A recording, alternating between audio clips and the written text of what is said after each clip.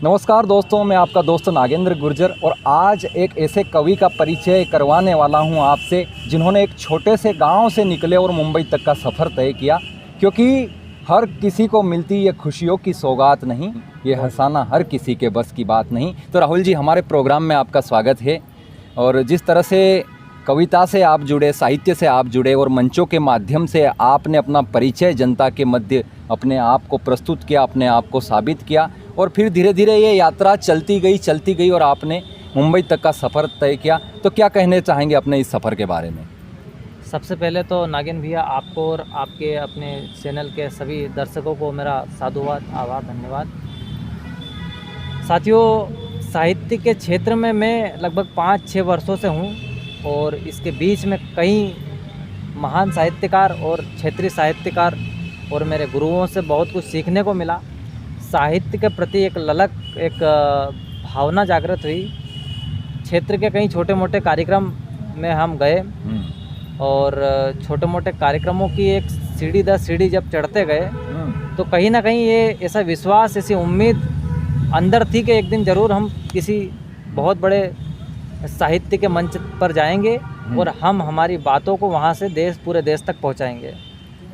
जहाँ तक संघर्ष की बात कही आपने, तो अभी मैंने उतना संघर्ष नहीं किया है जो मुझे करना है, लेकिन हाँ इतना कहूँगा कि इस छोटे से साहित्य के मेरे करियर में मैंने बहुत कुछ देखा है।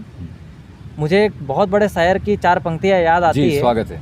कि हदें जब शहर से निकली तो गांव गांव चली, हदें जब शहर से निकली तो गांव गांव चली, कुछ यादें मेरे संग पाँव पाँव चली, और तजुर्बा जब धूप का हुआ तो एहसास हुआ कि वो जिंदगी क्या जो छाँव छाँव चली। देखिए नागिन भैया, जब साहित्य के क्षेत्र में गया तो इतना कुछ ज्ञात नहीं था, लेकिन जब मेरे साहित्यकार मित्रों को मैंने इसमें संघर्ष करते देखा, उनकी मेहनत को देखा और उन्हें आगे बढ़ते देखा, तो मन में एक भावना जागृत हुई कि यार क्यों ना मैं भी अपने माता पिता का नाम साहित्य के माध्यम से रोशन करूं, मेरे ग्राम का, मेरे माता पिता का, मेरे देश का, मेरे प्रदेश का। और कहीं ना कहीं मुझे मुंबई जाकर के ऐसा क्षण भी मुझे मेरे माता पिता, मेरे गाँव का नाम रोशन करने का मौका मिला। नागिन भैया, वाह भाई वाह, कार्यक्रम जब शैलेश जी का आया और जब वो स्टार्ट हुआ, जब भी मैंने उसको देखा था तो मुझे विश्वास हो गया था कि यार ये कार्यक्रम अपने जीवन में प्रकाश की नई किरण लेके आया है। क्या बात है। युवाओं, जितने भी मेरे युवा साहित्यकार लिखते हैं और मुझसे कहीं बेहतर लिखने वाले जो शायद वहाँ नहीं जा पाए, उसके हकदार थे। मेरा ईश्वर से यही कामना है कि जब भी कोई कार्यक्रम में ऐसा आगे भविष्य में आएगा, उनको भी अवसर मिलेगा। लेकिन मैंने जब प्रयास करा तो कुछ साहित्यकारों के माध्यम से मैंने जानकारी निकाली और मैंने ईमेल द्वारा, व्हाट्सएप द्वारा भी वहाँ तक जानकारी पहुँचाई। मैंने कुछ वीडियो पहुँचाए, लेकिन वो कविता शैलेश जी को समझ में नहीं आ पा रही थी। क्या बात है। फिर मैंने अंतिम प्रयास जो था मेरा, मैंने अंतिम प्रयास एक छोटे से चबूतरे पे बैठ करके एक वीडियो बना करके और अपनी सरल भाषा शैली में उस कविता को गा करके, उसका वीडियो बना करके उसको पहुँचाया।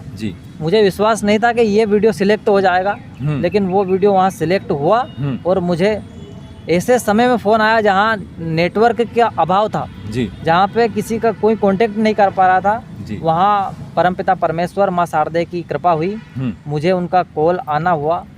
वो कॉल मेरी सिम कार्ड पर नहीं लग रहा था, तो उन्होंने व्हाट्सएप के माध्यम से मुझे वॉइस कॉल करा, मुझे सूचना करी और अगले ही दिन मुझे निकलना था। जब मुंबई गया तो अपनी बात रख पाया। इस प्रकार मैं वाह भाई वाह में बहुत अच्छा अनुभव रहा होगा जब आपने वो संदेश देखा होगा कि शिमारो द्वारा मुझे इस प्रोग्राम के लिए संदेश मिला है और यहाँ पर काव्य पाठ करना है। तो निश्चित ही एक हर युवा की और विशेषकर ग्रामीण युवा की, जो ग्रामीण अंचल से निकलते हैं, तो उनका एक बैकग्राउंड संघर्षशील रहता है। तो उनकी ये इच्छा होती है कि वो भी एक बड़े मंच पर जा, क्योंकि मुंबई का मंच मिलना आसान नहीं होता है। दूसरी बात ये कि शैलेश जी को लेकर जिस तरह से उन्होंने तारक मेहता का उल्टा चश्मा वो छोड़ के आए और एक शो अपने दम पर आरंभ किया, वाह भाई वाह, और उसमें उनको सफलता मिली और वो ग्रामीण अंचलों से कवियों को लेकर आए, प्रतिभाओं को लेकर आए, या कहे तो प्रतिभाओं का मंच था वो। उन्होंने कई प्रतिभाओं को मौका दिया, अवसर दिया और प्रतिभाओं ने भी उनके विश्वास पर खरे उतरे और उन्होंने भी अच्छा प्रस्तुतिकरण किया। शैलेश जी के व्यवहार के बारे में, शैलेश जी के नेचर के बारे में थोड़ा हमारे दर्शकों को बताइए, ताकि शैलेश जी के प्रति एक सकारात्मकता जाए। नागिन भैया, मेरा मानना है कि कोई भी सच्चा और स्वाभिमानी व्यक्ति अपना स्वाभिमान खोकर के कभी समझौता नहीं करेगा। बिल्कुल। और शायद तारक मेहता का जो शो था वो भी शैलेश जी ने इसी कारण छोड़ा होगा जी। लेकिन उनके आपसी संबंध जो भी विवाद होगा मैं उसके बारे में नहीं जानता, लेकिन शैलेश जी के बारे में मैं इतना जरूर कहूँगा कि शैलेश जी एक ज्ञान का भंडार है। क्या बात है। शैलेश जी ने जब मुझे अंदर बुलाया उनके रूम में जी, तो मैं अंदर से डर रहा था कि मैं किस प्रकार इनसे बात करूंगा, किस प्रकार क्या बोलूंगा। मैं तो एक गांव का लड़का हूँ, मुझे इंग्लिश भी नहीं आती है। अच्छा। तो क्या बोलना होगा, क्या कहूँगा, समझ में नहीं आ रहा था जी। जैसे ही मैं अंदर गया तो शैलेश जी का पहला संबोधन था कि राहुल आओ। क्या बात है। मुझे लग रहा था कि जैसे कोई मेरे गाँव का ही व्यक्ति मुझे बुला रहा है कि राहुल आओ। शैलेश जी ने मिठाई खिलाई, मुँह मीठा कराया। ऐसा वातावरण बनाया जैसे हमारे गांव में ही हमारे बड़े बूढ़े बैठे हैं, बड़े कलमकार बैठे हैं और उनके साथ में हम बैठे हुए हैं और वो हमें बता रहे हैं कि आपको साहित्य में इस प्रकार लिखना चाहिए, उस प्रकार लिखना चाहिए। इतना प्रेम दिया कि लगा नहीं कि इस माया नगरी मुंबई में आए हैं जी जी।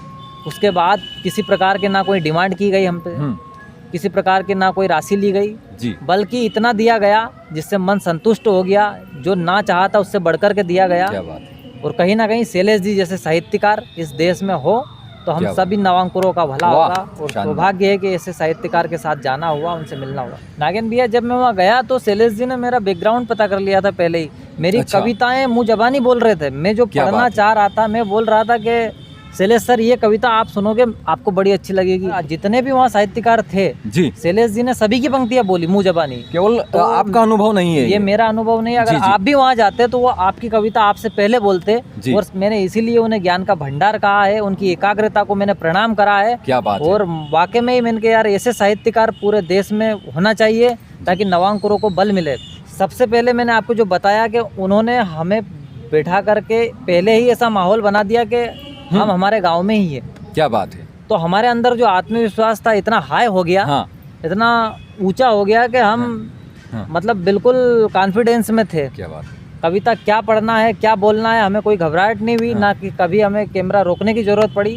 हमने जो बोलना था वो बोला और कार्यक्रम बहुत जबरदस्त हुआ। कहीं ना कहीं छोटे कवियों की या ग्रामीण अंचलों से जो कवि निकले हैं उनकी एक बड़े कवियों के प्रति या राष्ट्रीय स्तर के कवियों के प्रति एक मानसिकता बन जाती है राहुल जी कि ये बड़े कवि हैं, क्या बोलेंगे, क्या बात करेंगे, किस तरह से व्यवहार करेंगे। तो कहीं ना कहीं कुछ तो कुंठित रहते हैं मन में, बात तक नहीं करते।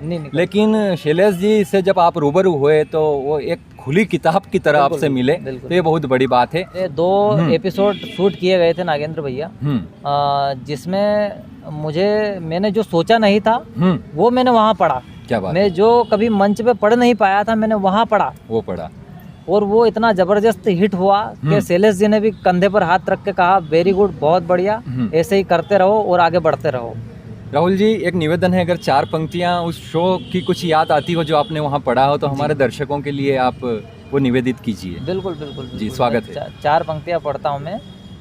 उस समय रूस और यूक्रेन का युद्ध चल रहा था जी, और मैंने युद्ध में से हाथ से निकाला था जी। वही पंक्तियाँ मैंने वहाँ पे पढ़ी कि गोली को फुलझड़ी बताकर उसे दिखाने ले जाऊं। वाह। गोली को फुलझड़ी बताकर उसे दिखाने ले जाऊं, लंदन, पेरिस, स्विट्जरलैंड या किसी बहाने ले जाऊं, और सर पर अक्सर रहता उसके भूत घूमने फिरने का, अरे जी करता है बीवी को यूक्रेन घुमाने ले। क्या बात है। तो ये पंक्तियाँ काफी हिट हुई थी जी जी जी, बहुत अच्छा।